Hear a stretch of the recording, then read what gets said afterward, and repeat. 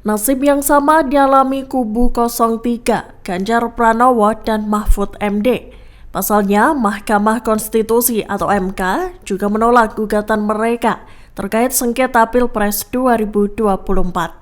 Seperti diketahui, amar putusan itu dibacakan Ketua MK Soehartoyo dalam sidang putusan sengketa Pilpres 2024 di Gedung MK Senin 22 April 2024.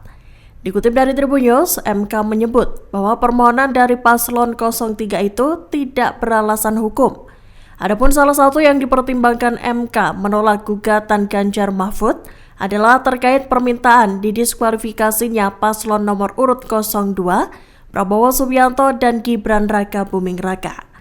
Selain itu, MK juga menganggap KPU telah melakukan langkah-langkah yang sesuai aturan dalam menindaklanjuti putusan MK nomor 90 soal perubahan syarat batas usia Capres-Cawapres. Dalam sidang tersebut, MK juga menepis adanya dugaan nepotisme dan cawe-cawe Presiden Jokowi. Diberitakan sebelumnya, Mahkamah Konstitusi menolak seluruh gugatan dari paslon 01 Anies Baswedan dan Muhaimin Iskandar.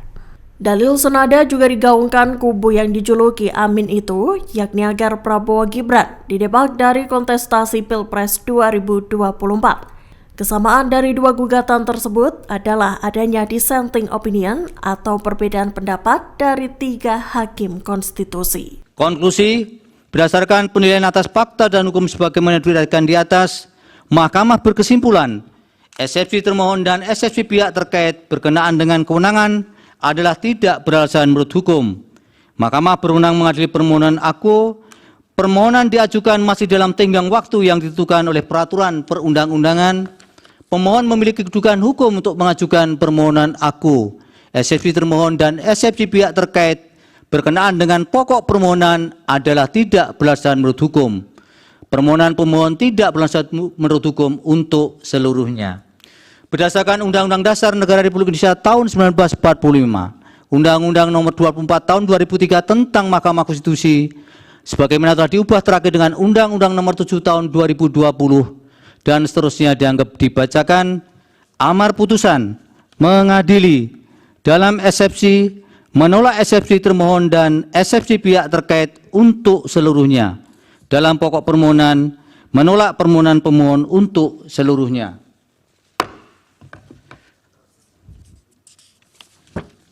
Pendapat berbeda terhadap putusan Mahkamah Konstitusi aku, terdapat pendapat berbeda dissenting opinion sebagaimana dalam permohonan nomor 1, yaitu oleh Hakim Konstitusi Saldi Isra, Hakim Konstitusi Eni Nurbaningsih, dan Hakim Konstitusi Arif Hidayat sebagai berikut yang menurut kesepakatan para hakim yang bersangkutan dianggap dibacakan.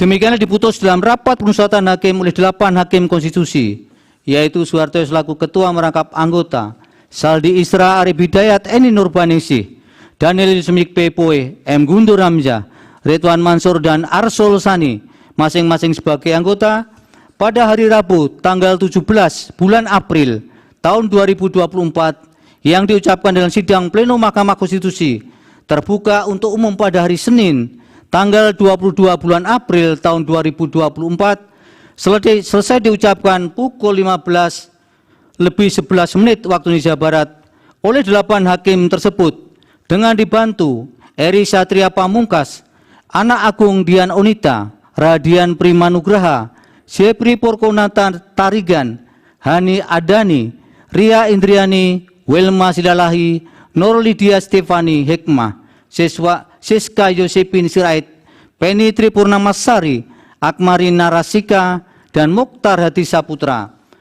Masing-masing adalah panitera pengganti pada Mahkamah Konstitusi dengan dihadiri oleh pemohon dan kuasanya, oleh termohon dan kuasanya, pihak terkait atau kuasanya, dan Badan Pengawas Pemilihan Umum. Demikian putusan yang diucapkan oleh Mahkamah pada hari ini untuk perkara nomor 1 dan nomor 2. Untuk salinan putusan akan dikirim oleh Mahkamah setelah putusan ini diucapkan atau selambat-lambatnya 2 hari kerja setelah putusan ini diucapkan. Demikian, terima kasih kepada semua pihak atas perhatiannya. Dengan demikian, sidang selesai dan ditutup. Download Tribun X sekarang. Menghadirkan lokal menjadi Indonesia.